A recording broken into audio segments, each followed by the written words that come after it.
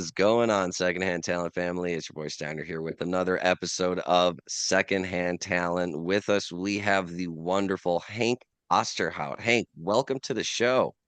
Thanks for having me. I'm excited to be here.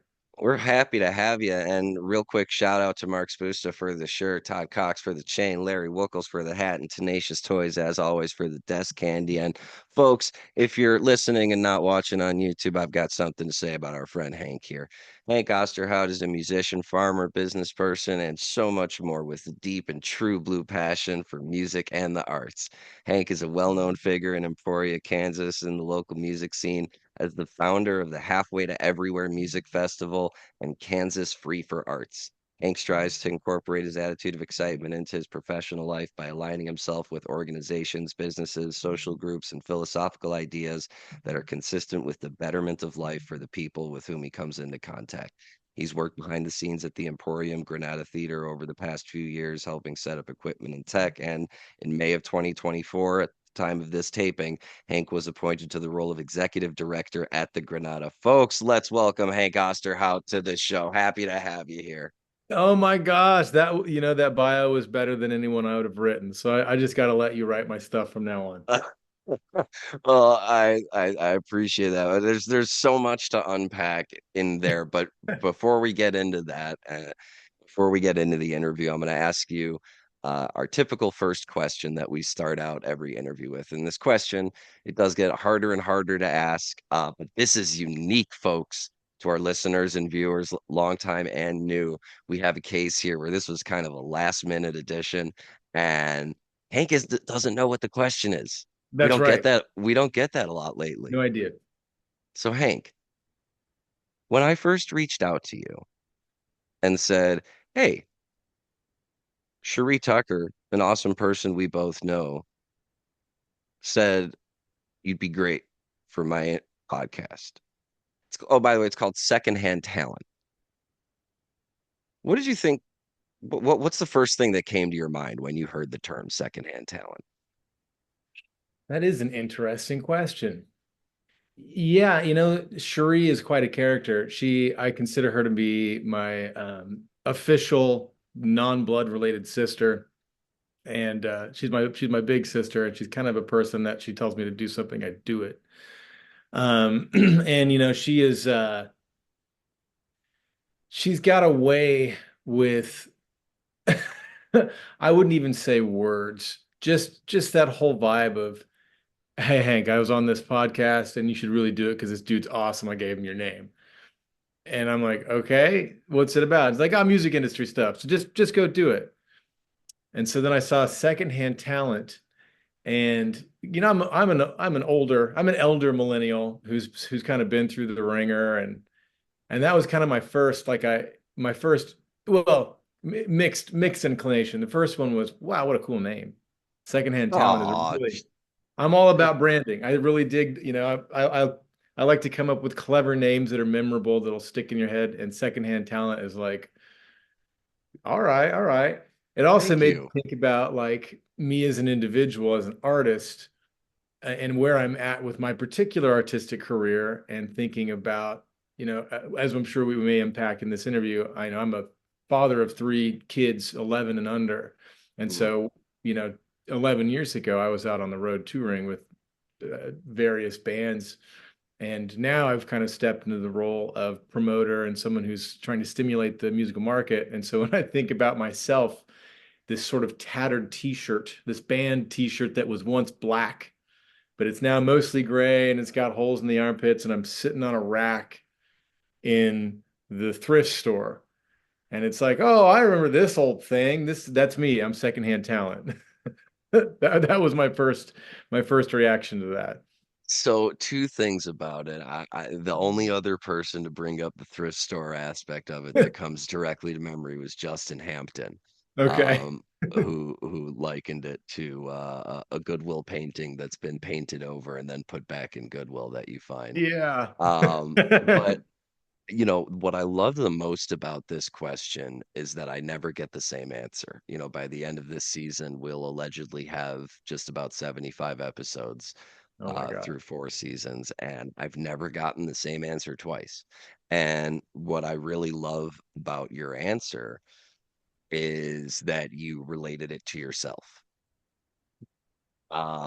I don't think I can't recall anyone. Well, but in the aspect of I'm kind of in this phase of my career where I've been, you know, the machine, and now I help, oil the machine and make sure everything's running smoothly. Sure. And having made that switch and being like, kind of internalizing that as like, okay, this is kind of like the second level of where I'm at. And I also really appreciate it because a large, message of the show is echoes a lot of what you just said, which is the love for what we do. uh it didn't start with us, and it's our role as it was passed down to us to continue to pass it down to the generations coming up.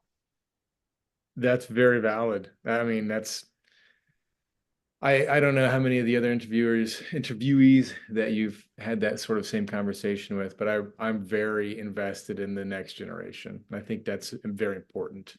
I mean, I owe a lot of I think about all of the teachers and educators that I had growing up, and then mentors in the music industry, and that's a very important part of this whole process, I think. Absolutely. I mean, specific shout outs to Reed Mashevsky, outstanding drama teacher in New Mexico, and to Ellis Goddard, executive director of the Mockingbird Foundation, which gives out grants for music education across all 50 states, both previous guests of the show. Check out their episode, and Gotta write that down. there's a link in the description for Mockingbird Foundation. Go donate $1 or two and I'm help. about to. Goodness gracious, I'm always looking for arts granting organizations. I mean, Mockingbird Foundation is just one of the greatest organizations out there. I have a lot of friends who have benefited personally from some of those grants that were given in the Midwest, specifically in Illinois. And they have a real special place in my heart and in the secondhand talent family, and the interview in the canon, of course. Shout out Ellis. Love you, bud. Thank you so much to everyone at Mockingbird for all the hard work you do. But getting back to you, Hank, you jumped kind of right into this second level of your career.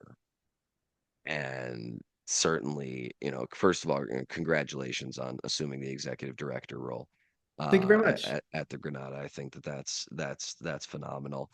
But I want to learn about nobody just manifests as the executive director of a venue. That's not how anything works. Sure. And you did mention that you did have a bit of a history touring and playing live. And I'm curious to know, I guess we'll start with, kind of what's your flavor at Baskin Robbins? What kind of music did you get into and really start that really got you into wanting to play? How did that come about? And then kind of when did you discover the business side of the industry? Oh, great questions. You know, um, music and the arts were very valued in my family growing up. I came from a large family, central Kansas. I call it a small town, but in Kansas, it's a big town. It's got 30,000 people. So, Kansas, the entire state only has 2.5 million people in it. That's relatively big for Kansas. Sure, For sure. those for I mean, those of it's funny. I have a sister who lives in LA and she lives in North Hollywood, and I'm like, in this, half mile square, there's more people than the entire state, 400 miles by 200 miles, yeah, and it's ridiculous. But yeah. kind of as we had talked earlier about small towns and the arts culture and how important it is, and how you really have to embrace these sort of things. These the you to an extent you have to take a kind of a risk and go out on a limb because that's not the norm. It's a very kind of white bread, corn fed Midwestern, football and barbecue and whatnot, which I enjoy, but um I always I always call back to in small town, you have to be creative because it's either be creative or like do drugs or do both, I guess. Well, Um, that's to be perfectly frank, another topic that we've discussed quite frequently on the show is, the impact that the music industry has on us as performers and how that manifests with substance abuse, mental health issues, substance abuse to address mental health issues, and in Absolutely. an area, as you say, a big city for or a big town for Kansas, but you know, not necessarily one that has all the resources Right. that are necessary. And I'm curious to kind of know, was that really was how did you feel that impact growing Well, up and and actually coming that into the arts? substance abuse actually plays a pretty pivotal role in this whole story. So, okay, I'll start with because you'd asked about like what music, what was my flavor that got me into it, and Hmm. the first artist I can remember absolutely being in love with was Michael Jackson. Still to this Oh day, I yeah. could sing every Michael Jackson song. I had all the albums. I have them on wax. Like I love Michael Jackson. And it was when I was, that was, pretty young, I'd say early grade school. King of Pop. I was born in 1985 and he was the biggest thing out there. And like Free Willy was a movie when I was a kid Mhm. that was before a lot of the scandals and everything came out. But at that point in my life, it was music and the arts industry was still sort of this far away, like inaccessible thing. It's not something that I considered I could actually do professionally. And then I remember a few years later getting my first CD player for Christmas, and I got Thriller. I got a very special Christmas 2 or 3 or something, the one that had the Run DMC track on it. Oh yeah, yeah, yeah. Uh-huh. And I got Led Zeppelin 3. And so hearing that guitar, I was like, oh, at that time, I think I had been in orchestra. So I started playing an orchestra upright bass since I was in fifth grade and got Was into that string. sorry to interject there. I was just Yeah. curious. Was bass something? Was that kind of like your parents were like, you're going to learn an instrument, or No, were you like, actually, hey, upright bass is because that's a very specific, it is. like, It was really weird. So I had again, I music and arts had been in my periphery since I was very little, and I always remember being interested. And I was fascinated by like Michelangelo sculpting the statue of David at 27 years old or something. Um, or yeah, I remember being in at my grade school and they would do these assemblies. And I remember one assembly was this flamenco guitar player. And I was just enthralled with hmm, how much time did he have to practice to be able to do those super fast 30-second notes and this yeah, and again it was this inaccessible thing. Well, 90s, I was is when I started in the orchestra program and bands like Morphine were big. Bill Clinton was president. I actually wanted to play saxophone. Most kids wanted to be it in was band. presidential at the time. Right. It I was. mean, you see like dudes jamming out on yeah. It seemed like this super cool thing. Well, everybody wanted to play the saxophone. Mm, And the way that the grade school instructors like tested your metals, they like the band and orchestra teachers came to each class and they had like, here's a cello or here's a reed. Here, blow through this trumpet mouthpiece. And I could not figure out how to make that stupid reed make any noise, but I like was able to make the trumpet mouthpiece really super loud. Now, meanwhile, I had no consideration of orchestra whatsoever, and also I was in a single parent household, and so I did a lot of manual labor for my mom. And so I remember the orchestra teacher was like, here, grab onto this cello. And he's like, whoa, your hands are super meaty and strong. Like you should play bass. And so he had written that as a recommendation. And I kind of blew it off because I was upset I didn't get to play saxophone. So I went home that's how and it happened in that Simpsons episode. right, But it but is. like, check, you got bass fingers, man. I got bass fingers. Well, so I Mm. was upset about it. My brother, who had played trumpet in middle school and high school, I was like, this is I could play trumpet. And he kind of looked at it and he looked over at the orchestra one and he said, oh, but they said you could play bass. And I'm like, so what? And he goes, well, here's the thing, dude. If you play bass, you could play electric bass, and then you could play electric guitar. And he said, chicks dig guitars. And that I was like, oh, bass it is. So from that moment on, Seems basic. it is. It is. I don't know how I didn't draw that connection. And so, yeah, I've been playing bass. I remember getting that Led Zeppelin 3 album and being like, what is this? And then figuring out how to play Black Dog on my upright bass, you know, and it was all downhill from there. I'd say the next pivotal moment, um, I will say I stayed in music education all through junior college, did jazz class in middle school and high school, and did a lot of these improv courses in junior college. But one of the pivotal moments that kind of put me into the trajectory of this is something I could do. I will say it wasn't a 100% crossover. It was just a seed planted. Um, so being a bass player, being from Kansas, and having been named Hank, uh, I wanted nothing to do with redneck culture. I wanted nothing to do with country music. God damn So, it, Bobby. right? Oh no, Hank down in Kansas is gonna pick you a tune here, gonna sit on the porch and whittle some. No, I wanted nothing to do with Do that. that there, Hank. Right. Right. And so, I was into funk. I loved Les Claypool and Bootsy Collins and all these great bass players.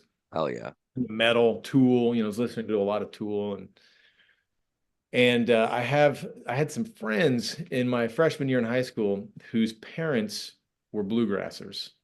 And in Kansas, we have Mm. this event called the Walnut Valley Bluegrass Festival. It's in Winfield, Kansas. It's always the third weekend of September. It's one of the, it might be the longest running festival in the continental United States. It's 2 years older Wow.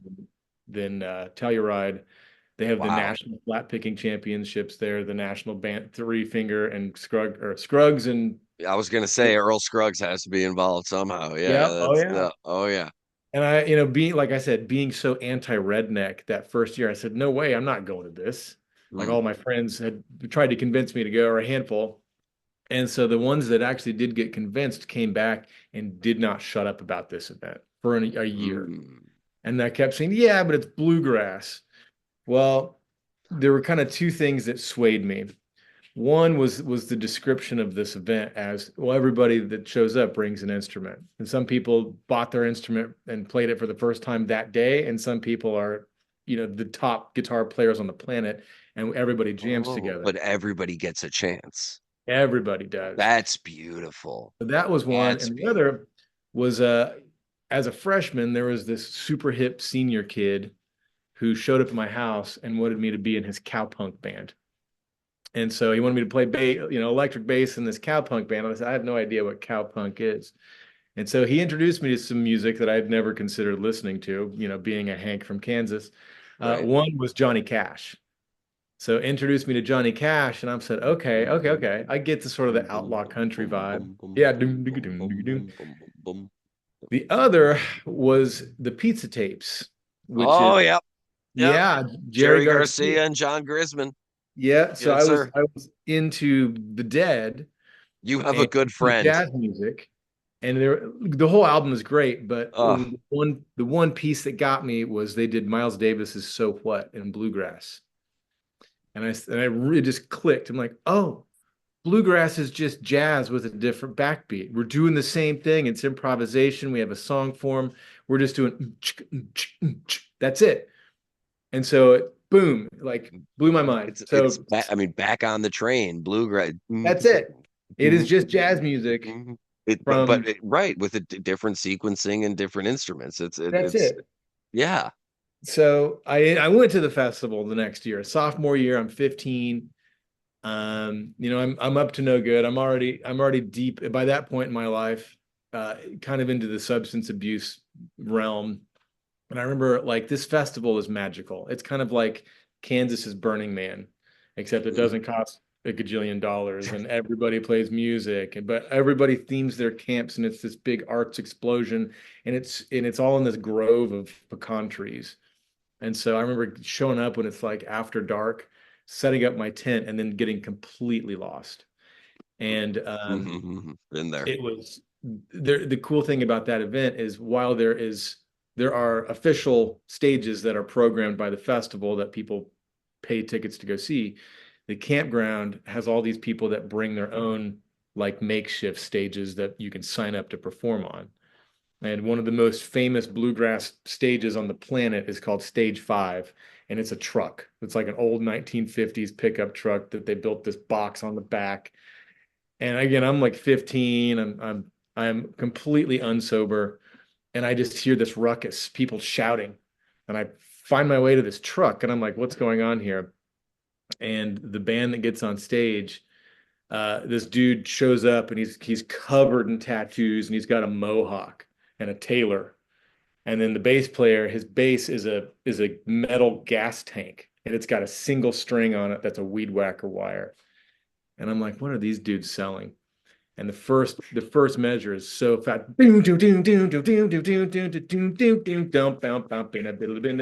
Oh my God, these dudes are headbanging. The guy with the one string bass is playing these triplets. And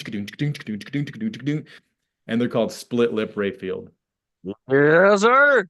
Yeah, Split Lip Yes, sir. Rayfield. I saw Kirk I Runstrom. would.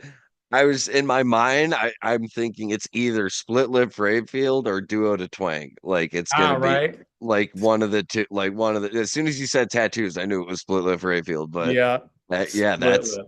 oh man, And what? that Yeah, that changed my must have. life forever, especially seeing Country Jeff Eaton on that gas tank bass that he calls the Stitch Giver. And I've seen Yeah. the band probably more than any other band combined. I've seen him, Wow. I'm sure, over 500 times. I used to like after that moment, I'm 15.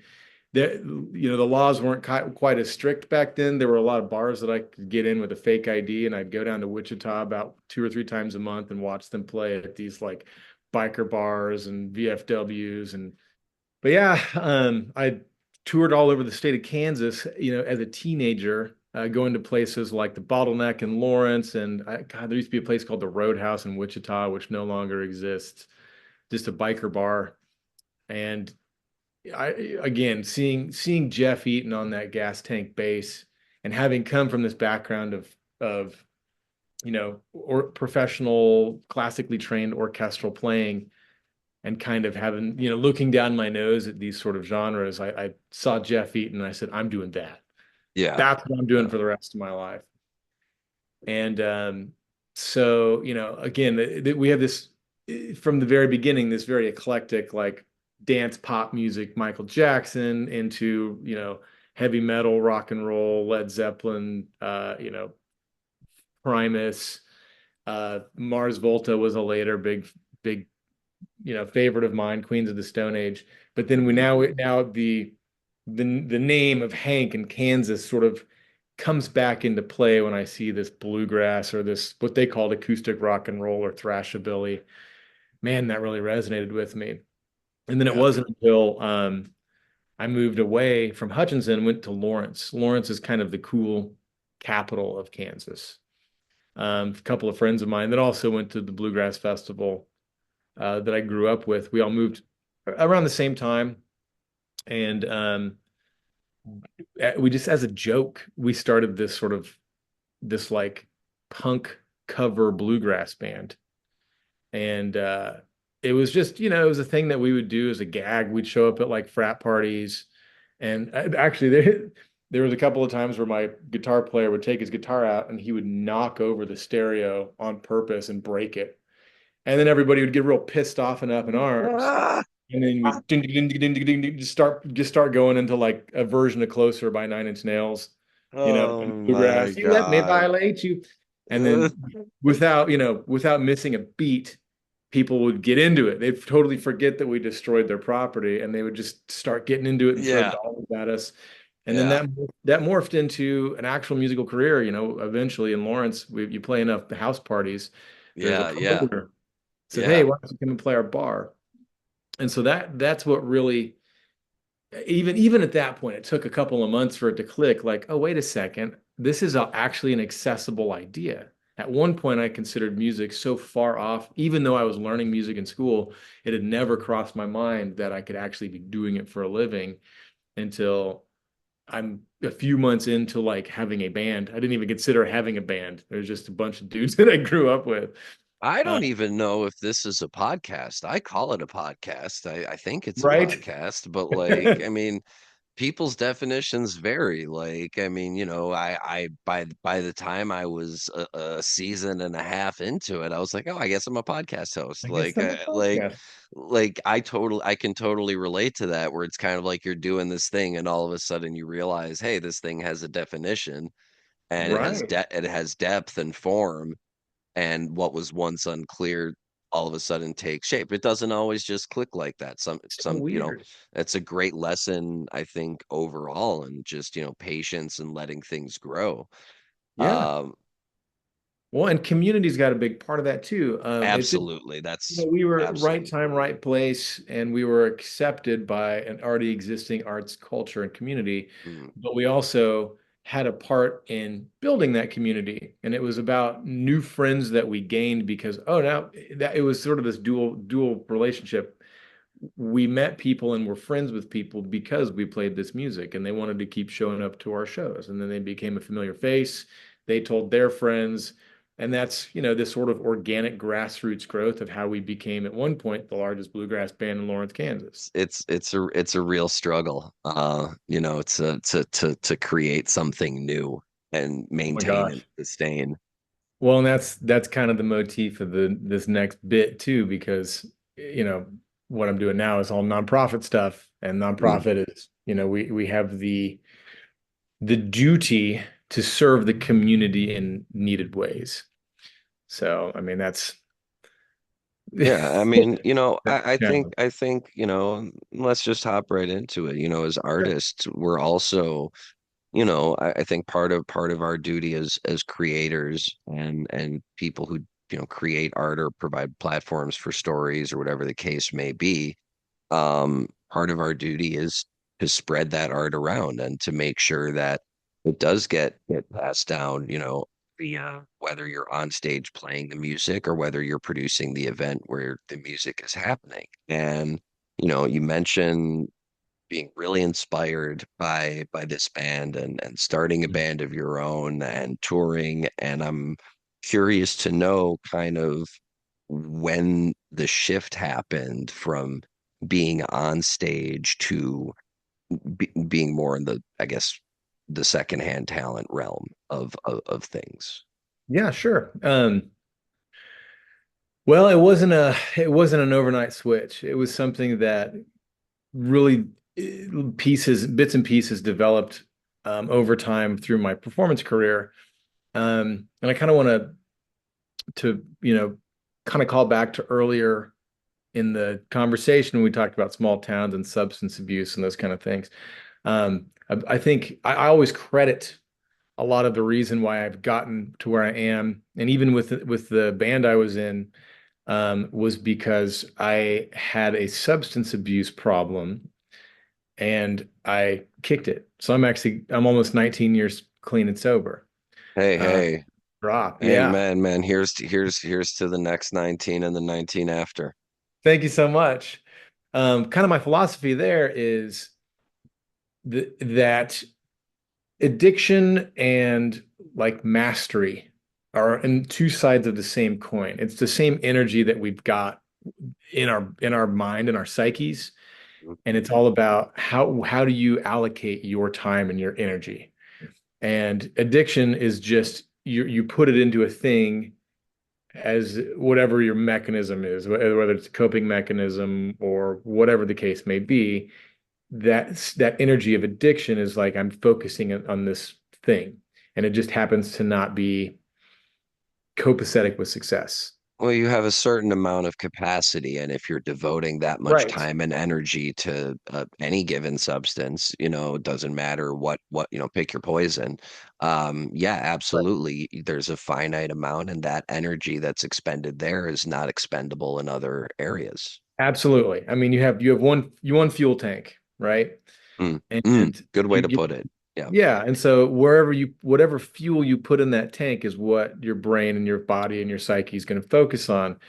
And so the other side of that coin is like virtuosity. Instead of focusing on using substances, I'm going to focus on being the best Olympic swimmer or the greatest guitar player or what have you. And so that's kind of, again, I credit where I've gotten in music because of my need to replace addiction with something positive. And so at first it was songwriting and performance and practicing, and then also the business. I needed something to be busy doing that wasn't Mm, using substances, and so I got busy. Again, like I talked about, there was a moment where I realized that music performance was actually accessible because everything, business and the entire world is run by human beings. And one thing I've been pretty good at in my life is being relatable to other humans in all mm, walks of life. I feel like I don't have a huge ego. I feel like I can relate to anybody, whether you're a psychotic homeless person on the street or a Fortune 500 CEO or, a drag queen. There are relatable human traits in every single walk of life. And so I realized that that's all any business is just these relationships that we build. And so oftentimes playing in a venue is just as easy as, can you form an email? Can I get on their website and find the email address? And that's it. absolutely. And then they start asking you questions. Do you have a press kit? Well, what's that? Then I Google what's a press kit. Oh, I need a photo. I need, and so you learn these. I kind of fell backwards into business. It was actually after I had already been managed my own band and did all the marketing and did all the booking and did all the merchandising and figuring out how to put us on tour and routing. And because I was so successful with my own band, Lawrence and Kansas City, a lot of venues asked me to help promote shows for them. And so and eventually that turned into, there was a independent record label that was a real flash in the pan, but same thing. They signed my band, and then I ended up being a consultant for them and figuring out how do we do something different for this sort of roots bluegrassy genre. There were venues in and around Lawrence and Kansas City that asked me to book shows for them and put together these sort of bluegrass roots showcases. Um, Being the one member of my band who didn't use substances, that meant I also had a little bit more of a disposable income. I did other jobs. I taught bass lessons. I worked as a waiter. And so I was also the one that could afford a PA system. And so then I had to learn how to be an audio engineer. I was our band's audio engineer. And just again, falling sort of backwards into the field of business. And it was after I had done all of these things, and even after I'd started my own nonprofit, that I decided and get a master's of business administration. So I'd done Mm, business for 15 years, and then I'm like, maybe I should learn, actually get a piece of paper that says I know what I'm doing. But it was basically what the transition was complete um, after I moved from Lawrence to Emporia. So I had been in a band. I'd been in several bands for over a decade. My wife, my new wife, and I, we just gotten married, and she is an academic, so was getting two masters at Emporia State University, oh, wow. and it was actually more expensive for us to keep our apartment in Lawrence and for her to commute than it was for us to just buy a small house in Emporia. Hmm, And we had no intention of sticking around. But there were some things about this particular small town that really resonated with both of us. She was born in Newton, Kansas, and I was from Hutch. Both are similar small towns, and so we understood the culture of small town Kansas, but we didn't have the same baggage that we had with our own hometowns growing up. And so it was a lot easier for us to sort of vibe here. And then there were the couple other things that really stuck with me. We were from Lawrence, and again, Lawrence, Kansas is by and large the cultural epicenter of Kansas. It's where University of Kansas is. They've got 15 or 20 awesome music venues downtown. I mean, they really embrace the arts culture in Lawrence.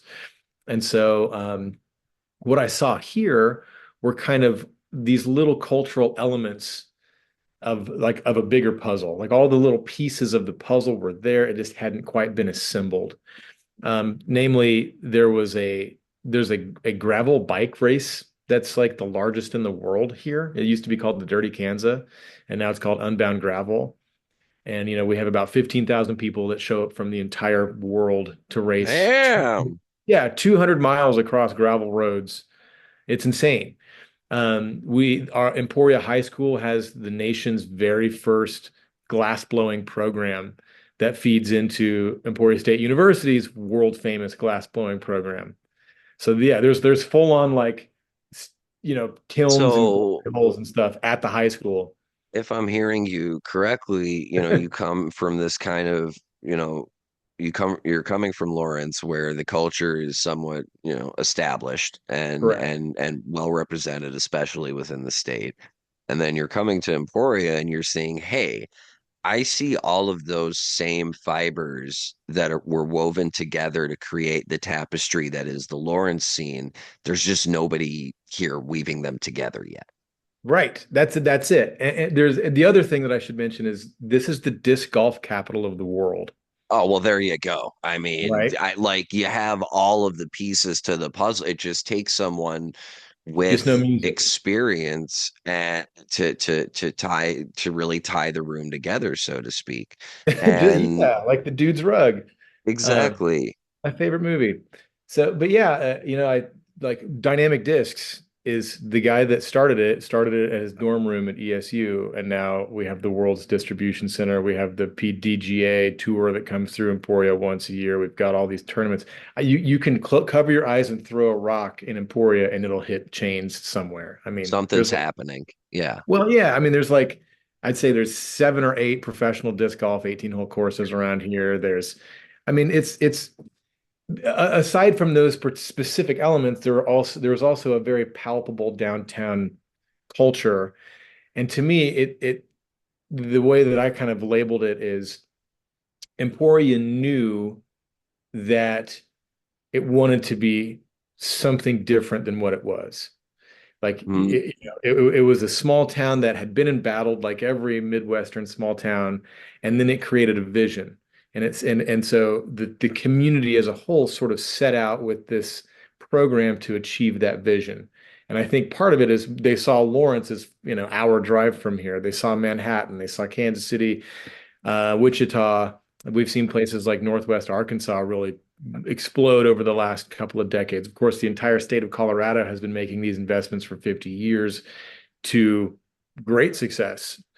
And so that was the sort of the unspoken element that I saw that made me kind of think about this in a different perspective. And again, that element is we have a vision and we are trying to achieve this vision. And to me, I said, well, the only thing that would make this community off the rails awesome for me is if there was a ton of concerts. mm, And I'd moved here not long after the Granada Theater had been remodeled and renovated and opened, and it was just kind of this open platform. They were trying to make things happen, and they didn't really know what they were doing.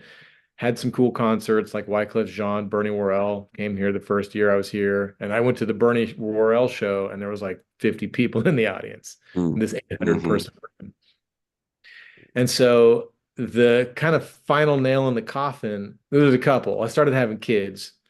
And with my first kid, I was still doing some touring, but it was became very apparent that it just wasn't a real tenable career path if I wanted to be involved in my children's lives, which I do very much.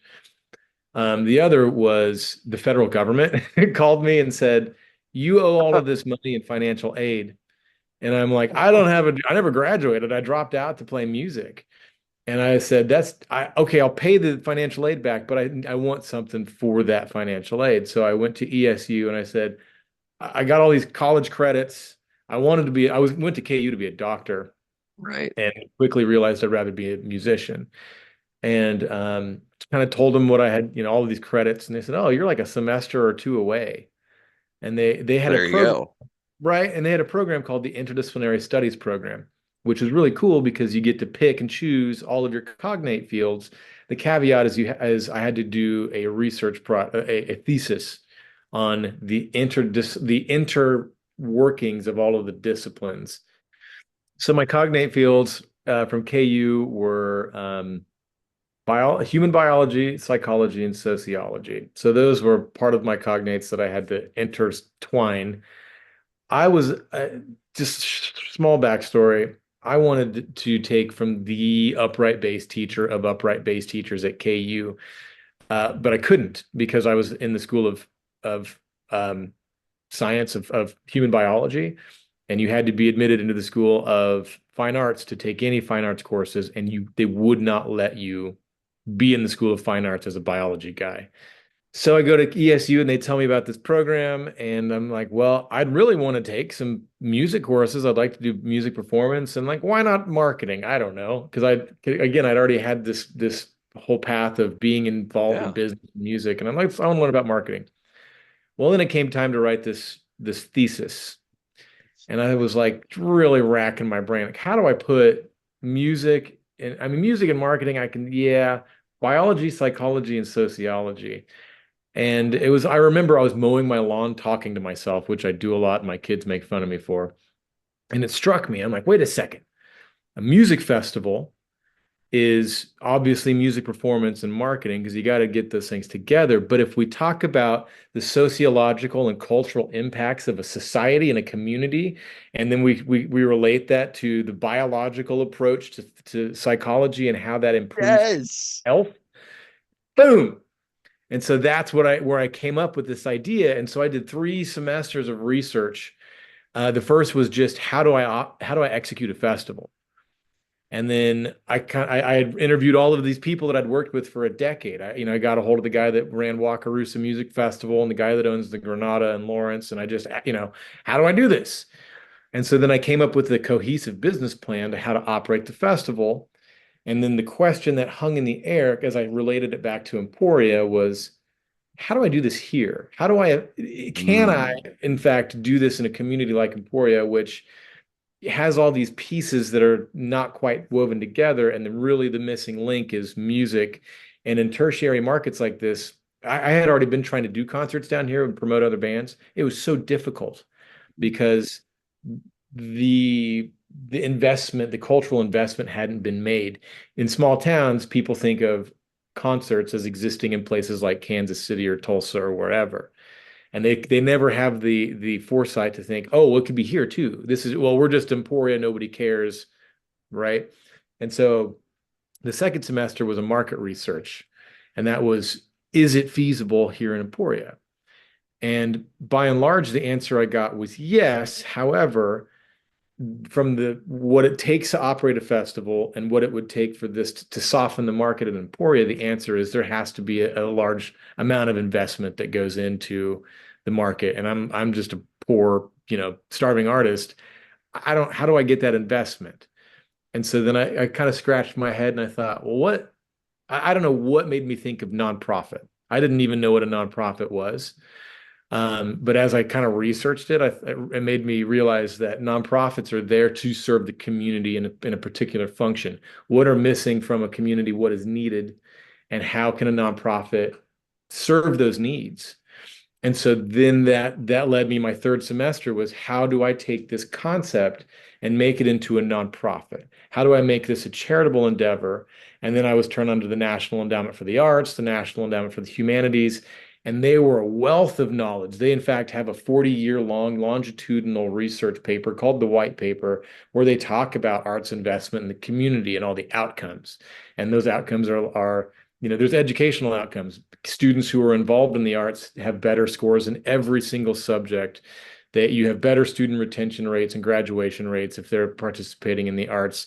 And then another huge pillar of that research was the economic impacts that it has on communities. For a long time, the National Endowment for the Arts Absolutely. slogan was artworks. And it was like a triple entendre. It was like Hmm. art, like, this is a work of art, but it is work. Like the process of manufacturing, purchasing goods and making a thing and then reselling it, that's gross domestic product. And then it Right. also talks about how art works to serve a function.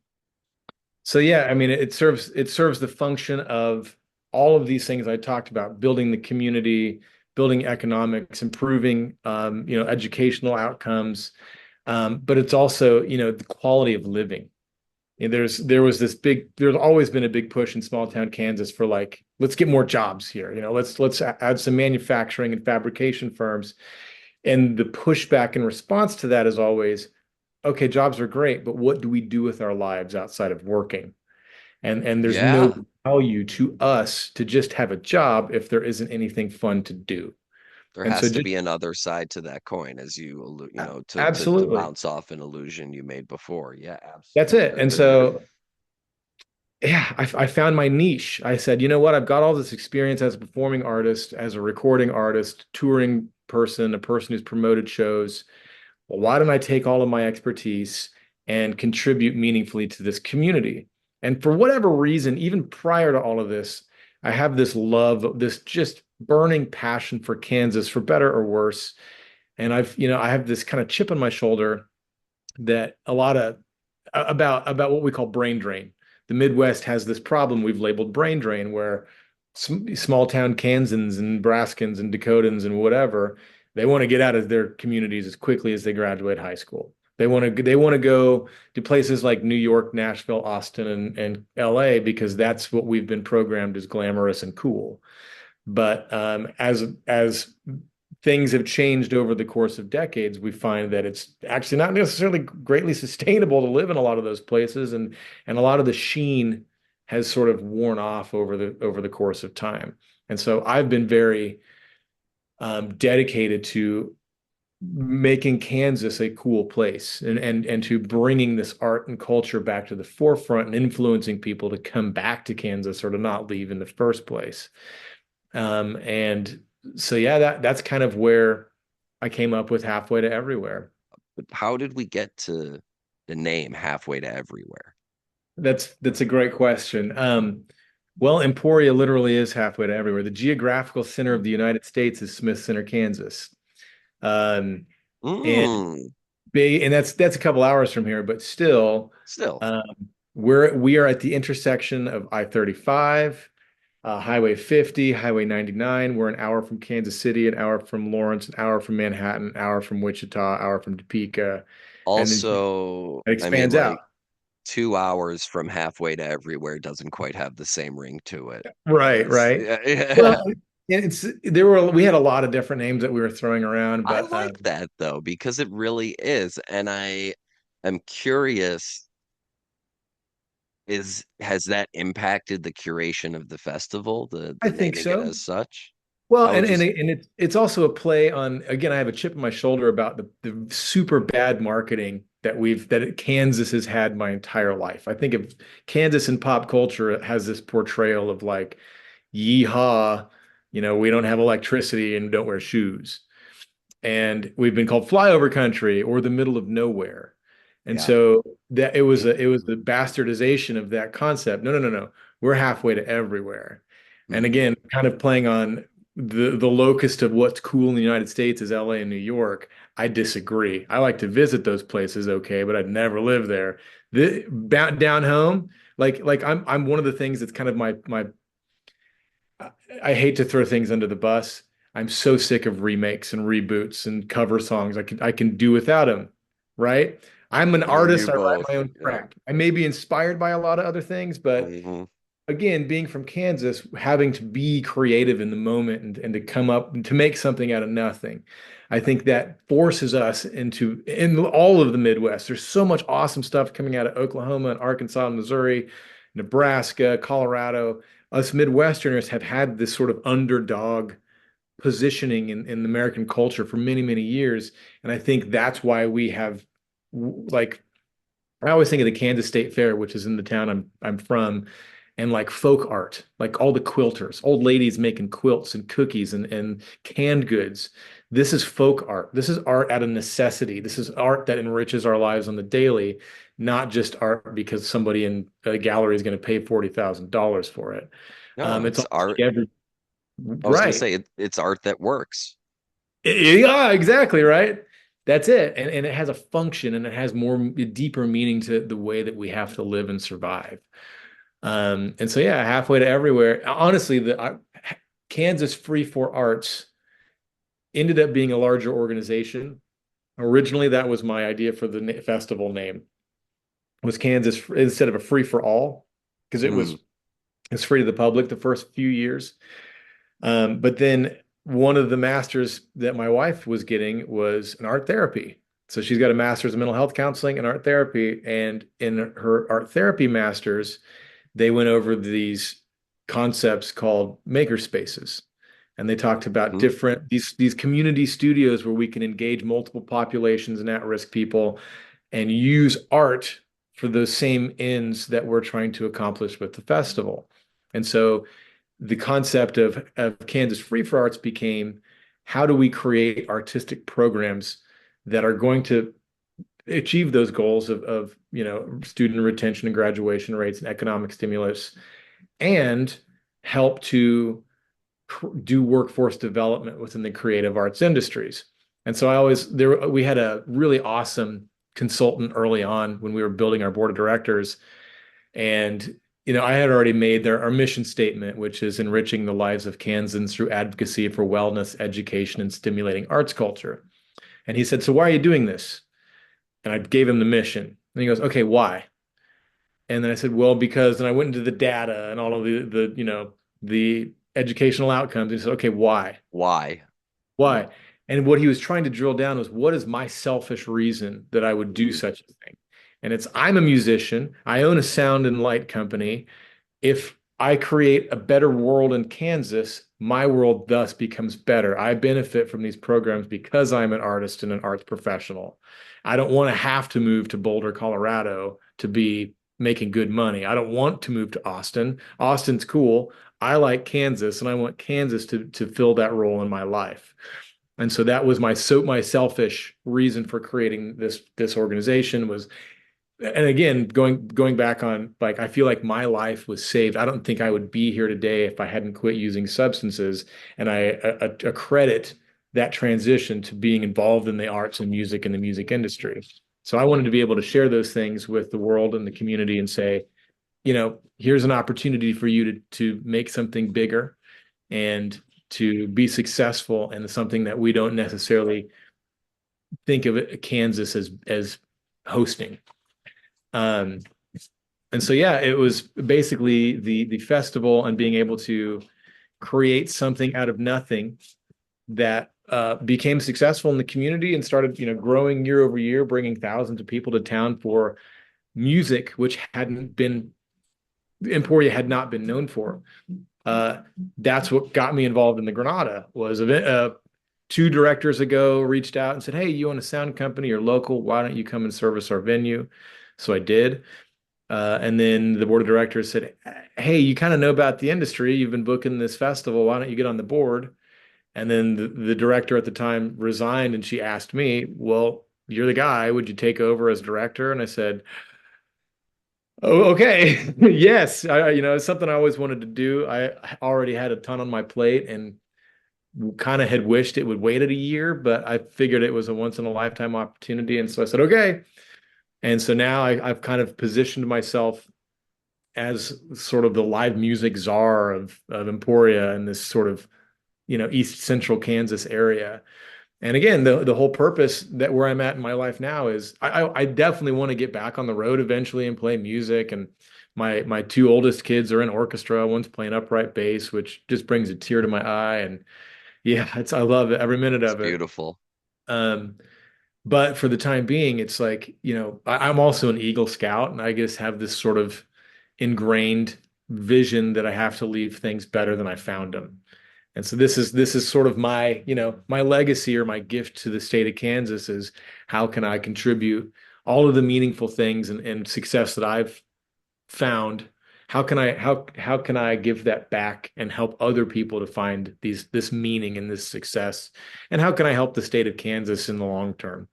So that's sort of the whole story of converting from performing into the business world and now being the secondhand music guy. I think that's absolutely fabulous, I tell my students on a regular basis, it's okay to be selfish sometimes when you're selfish for yourself, your own mental health, your own Right. self-improvement, your own increasing your own self-awareness. Those are moments where it is okay to inherently the word self isn't selfish, but for those selfish reasons being, I love music, I love Kansas, I love this community. And to have those be the selfish reasons to put this into place, I think is something that, is really admirable and that is worth noting. And I think it's really quintessential, to the reason we have this platform in the first place is to highlight, folks such as yourself and folks in all small communities across America who are building up their scenes, and if folks like you trying to, bring local music to the area. It's so important to support local music, support your local arts. Shout out to Garrett Melby supporting the Missouri Art Council, representing there. Check out his episode last season.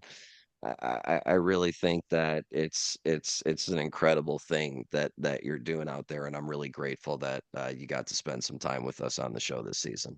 Yeah, I'm grateful for you having us. I love talking about this because, it's as we had mentioned to each other earlier, this is not an easy career. I could have been an accountant and just made money, but I'm not passionate about accounting. I'm passionate about the arts, and it's done so much for my own life, but it is such a roller coaster. 2020 was like, while I enjoyed having a little time to myself, it was one of the worst years ever because my entire professional career was built around large gatherings of people in small places.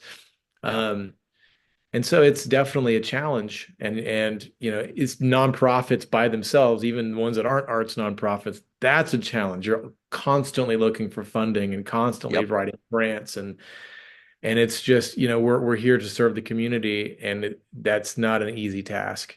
And so Yeah. I really appreciate the opportunity to come on and kind of tell my story because for me, it helps to sort of rekindle that love that I have for what I'm doing Ah, well, and yeah. Well, I really appreciate that, and I really hope that folks, comment down below and say thanks to Kansas for bringing us so many great cultural, uh, art, musical, all these different amazing cultural moments, and thank you, Hank, for stringing those all together and being a part of absolutely. the community that really works hard to lift up everyone else. This has been Steiner with another episode of Secondhand Talent. Wouldn't be an episode without me saying right beforehand. So I let's start it. Folks, I fucked that up. This is Steiner with another episode of Secondhand Talent, and we will see you next Wednesday. And that's a podcast. All right. There we did. We Awesome. did it.